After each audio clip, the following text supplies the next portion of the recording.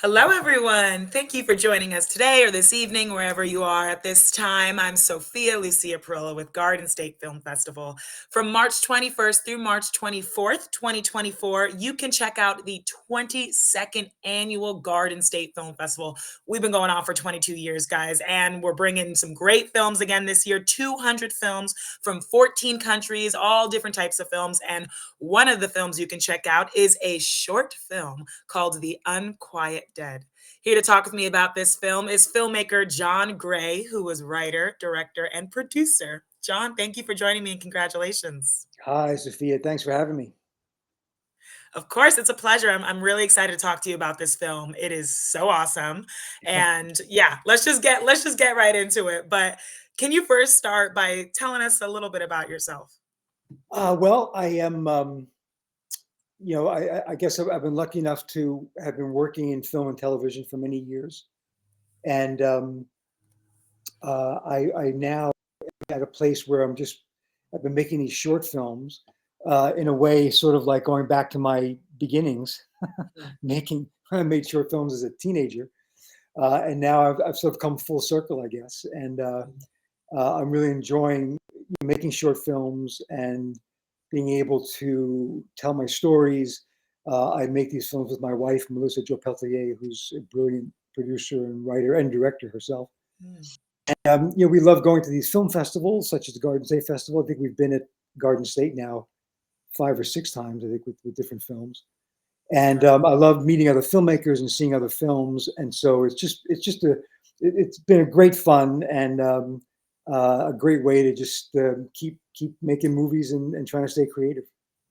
Love it. And thanks for keep coming back to Garden State Film Festival and submitting your films because, I mean, Absolutely. what a treat. We have The Unquiet Dead this year. Can you tell us about your film?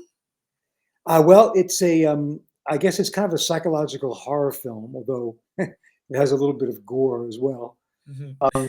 But basically, it deals a little bit with mental illness, and it's an area of the supernatural that I've always been really interested in, which is this notion of if you feel like you see ghosts or communicate with the dead, um, are you crazy? Mm, And do you think if you have this experience of seeing the dead or talking to the dead, do you worry that you're crazy? Do you believe you're insane? mm, And so this movie sort of deals with a young woman who's had a very troubled life because she has been able to see the dead, and the dead sort of harass her and want things from her, and she tries to just shut it out, and she believes that she's crazy. And so she has spent a good deal of her life in and out of the mental health system. And in the course of this film, she finds out that she's actually not crazy and can see the dead, and actually has a purpose involved with seeing the dead. So that's sort of the gist of the film. I love it. And I'm a huge fan of like psychological thrillers, but also what you're just saying when it comes to like people mediums and the dead. I am Yes. so I eat it up. So I love this Well, film. good.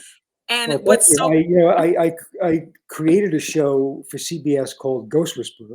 I was just about to say that. Yep. Yeah, and that's sort of being in that world for 5 years. Mhm. Uh, which all the research that we did, and so it really has left me with this appetite for these kinds of stories and this kind of this sort of world. Right. And is this something you've always been interested? I know you said that you've made short films when you were a teen and you're coming back making short films. You've been with Garden State with other films. Do you usually gravitate towards this genre and these stories, or is this new? Not necessarily. I have made a number of horror Mhm. pieces, but I also love emotional drama. We just finished a short film called The Overlook, which you guys will get next year, I hope. Yay. Um, and that's more of a mystery drama. I've done comedy. We've done a lot of mystery thriller kinds of things. We Mhm. even did a spy thriller in Paris, which played the Garden State last year, called The Third Defector. Wow. So I'm interested in all kinds of different stories, and it's one of the reasons why I love the short film format so much. Is Mhm. that you get it? You can sort of take a chance to try something different, And there's, the stakes are not that high in terms of budget, or take a chance to spend 8 months doing something that's it happens quickly, and you either succeed or you fail, and then you're on to the next one. Right. Oh, I definitely want to get back to like how to write and direct and just make a successful short film. But first, when it comes to The Unquiet Dead, I have to talk to you about the cast and crew, Mm, specifically your lead, who, oh my gosh, blew me away. So mm. soft yet raw and grounded. Yeah. I don't want to mess up her name, so I'll let you say her name and how you found this lead and the rest of your wonderful cast and crew. Well, her name is Sabangale Malambo. Oh, Very musical, beautiful name. And we have a team of casting directors, Russell Boast and Debbie Manwiller, and they're based in LA. And I've worked with them both separately and together over the years. mm, They're brilliant, and one of the first things I do, or Melissa and I do, when we finish a script, is send it to them, and we start talking. We start making lists. We start talking about who's right for this, who'd be great for this. And Russell was aware of Simbangale, and was a big fan of hers. And we just hoped that she would do it. And she has that amazing vulnerability yeah, as well as strength. So we were just thrilled when she said yes. And I thought that, I really feel like she does a great job in the film. And yeah, it's not an easy role, and it's a lot to try to get across in just, I guess it's 13 or 14 minutes. right. But she's wonderful in it, I think, and also a great person, a wonderful Yeah. human I mean, being. the way she just found that character and how she would react in these situations that really just all the movements and expressions and the feelings are Yeah. so amazing and believable. Have you worked with we have an amazing rest of the cast, and have you worked with this crew before? Have you worked with any of the actors that we see in The Unquiet Dead?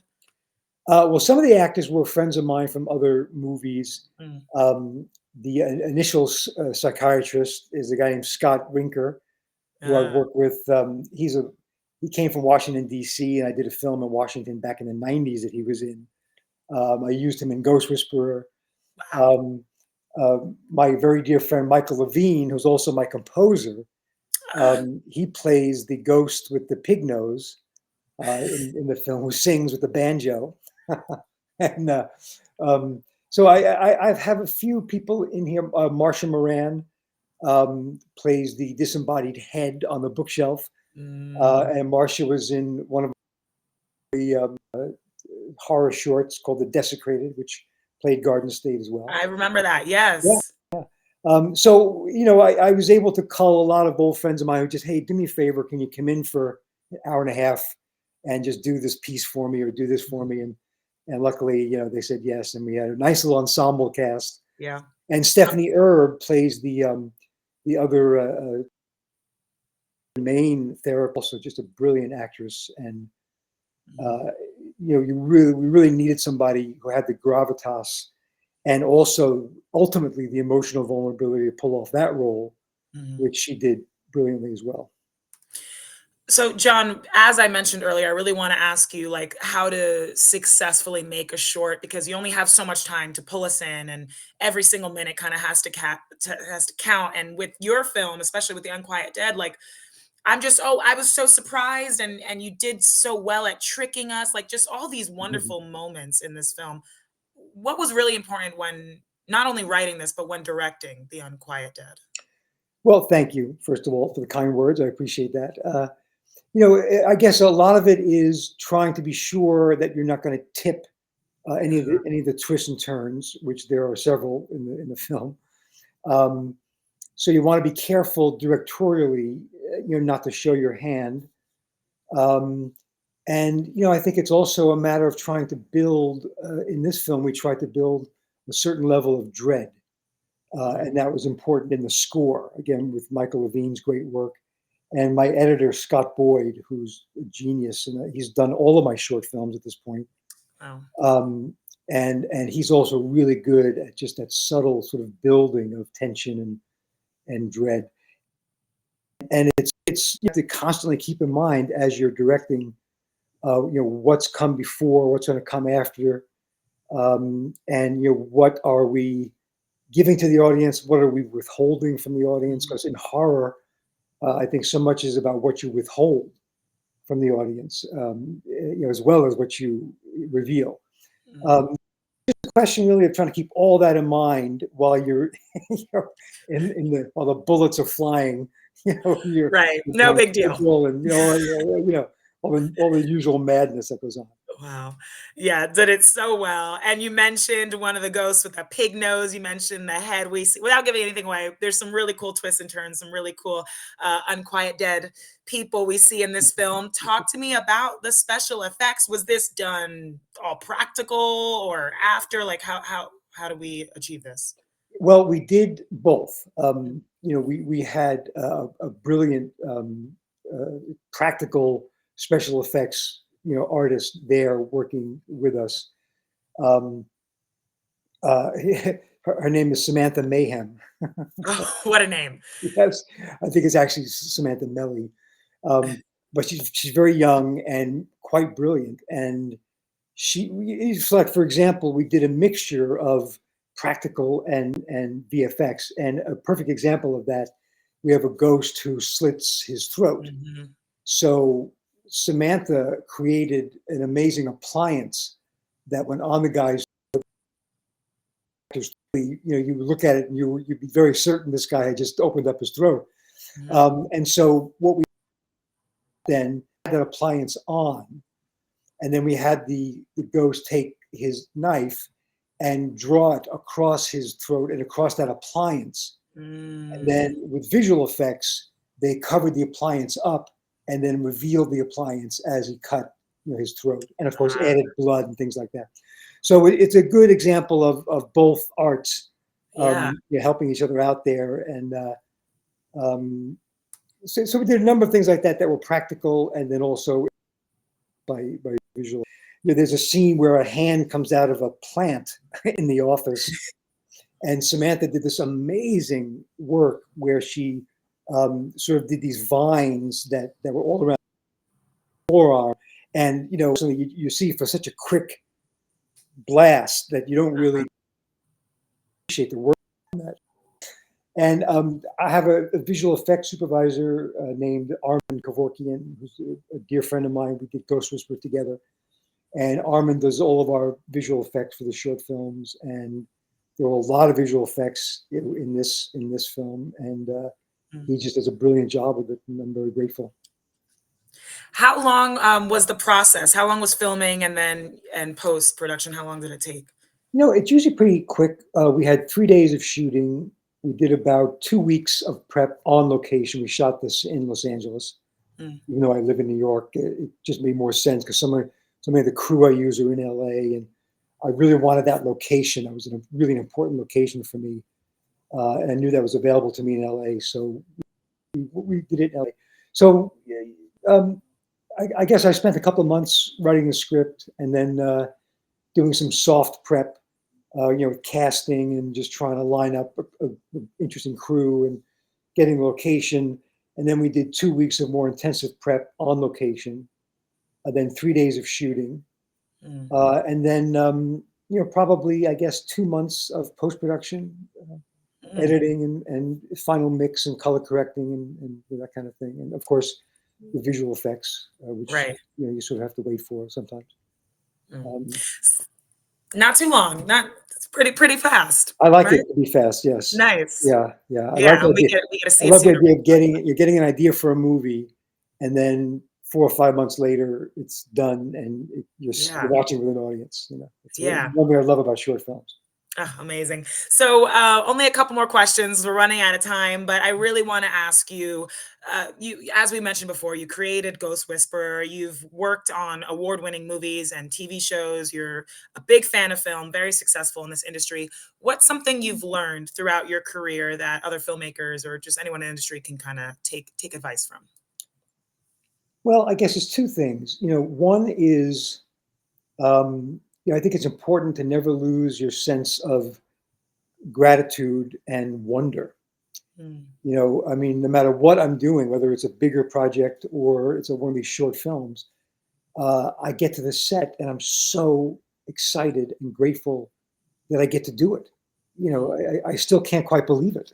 I mean, I'm Yeah. just a schmuck from Brooklyn who had no, reasonable expectation of being able to have a successful Hollywood career, and I did, and I'm constantly aware of that, and really grateful for it. And I think it's important to never take anything for granted, no matter how successful you become, or Mm, you have to always remember that it could be taken away in a second, mm, and so really relish it while you have it.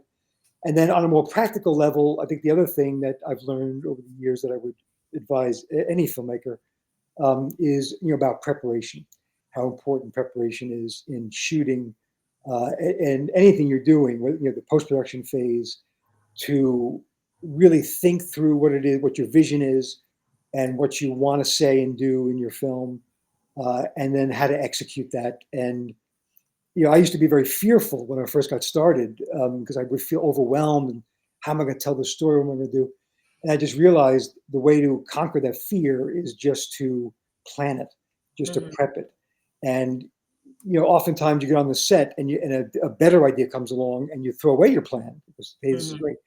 But for me, the best thing is to go to the set with a rock solid plan that you can just follow, A through Z, mm. and know what you're doing. And then as you get more experience and you go on for more years, you start to get a little more confident, and you don't need quite as locked in a plan because you can be open for the happy accident on set. Right. Oh, I'm a big believer in prep. love that. Words of wisdom over here. And John, as you mentioned, this is not your first rodeo with Garden State Film Festival. Yes. Why do you keep coming back? Why submit to this festival? It's a wonderful festival. It's really well curated. The variety of films and the quality of the films is enormous. And we just love, Melissa and I love going there and just watch. And it's fun being in Asbury Park, of course, fun being on the boardwalk. Yep. Um, but we just love, seeing these films and taking part in the Q&As and listening to other filmmakers and meeting other filmmakers. It's just a blast, and the audiences are so enthusiastic and passionate about film. And I was there, right after the pandemic, when there were like 6 people in the audience, and we just did it anyway, and it was Mm, great. And now, of course, it's back, and shows are selling out. And as a filmmaker, that's the great thing, to sit there and not just go on about this, but as someone who's worked in television for 30 some odd years, mhm, I really appreciate the chance as a short filmmaker to sit in an audience in a big theater and watch my work on a big screen and share it with an audience, because that's something I don't get to do in television. mhm, I'm in a vacuum in TV. I know there might be 10 million people watching, but we're not all in the same room. mhm. So I really love that about a festival. You can sit there and learn from your film and other films, how what works, what doesn't work. It's pretty great, and the audiences at Garden State are always awesome.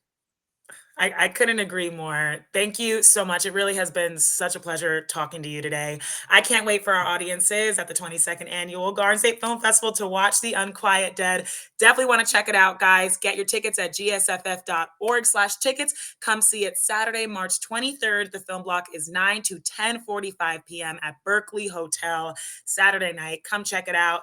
Come meet this amazing man, John Gray, and hopefully see you at the festival, John. Thank you again. Thank you. Thanks for having me. Absolutely. See you guys at the festival. Bye.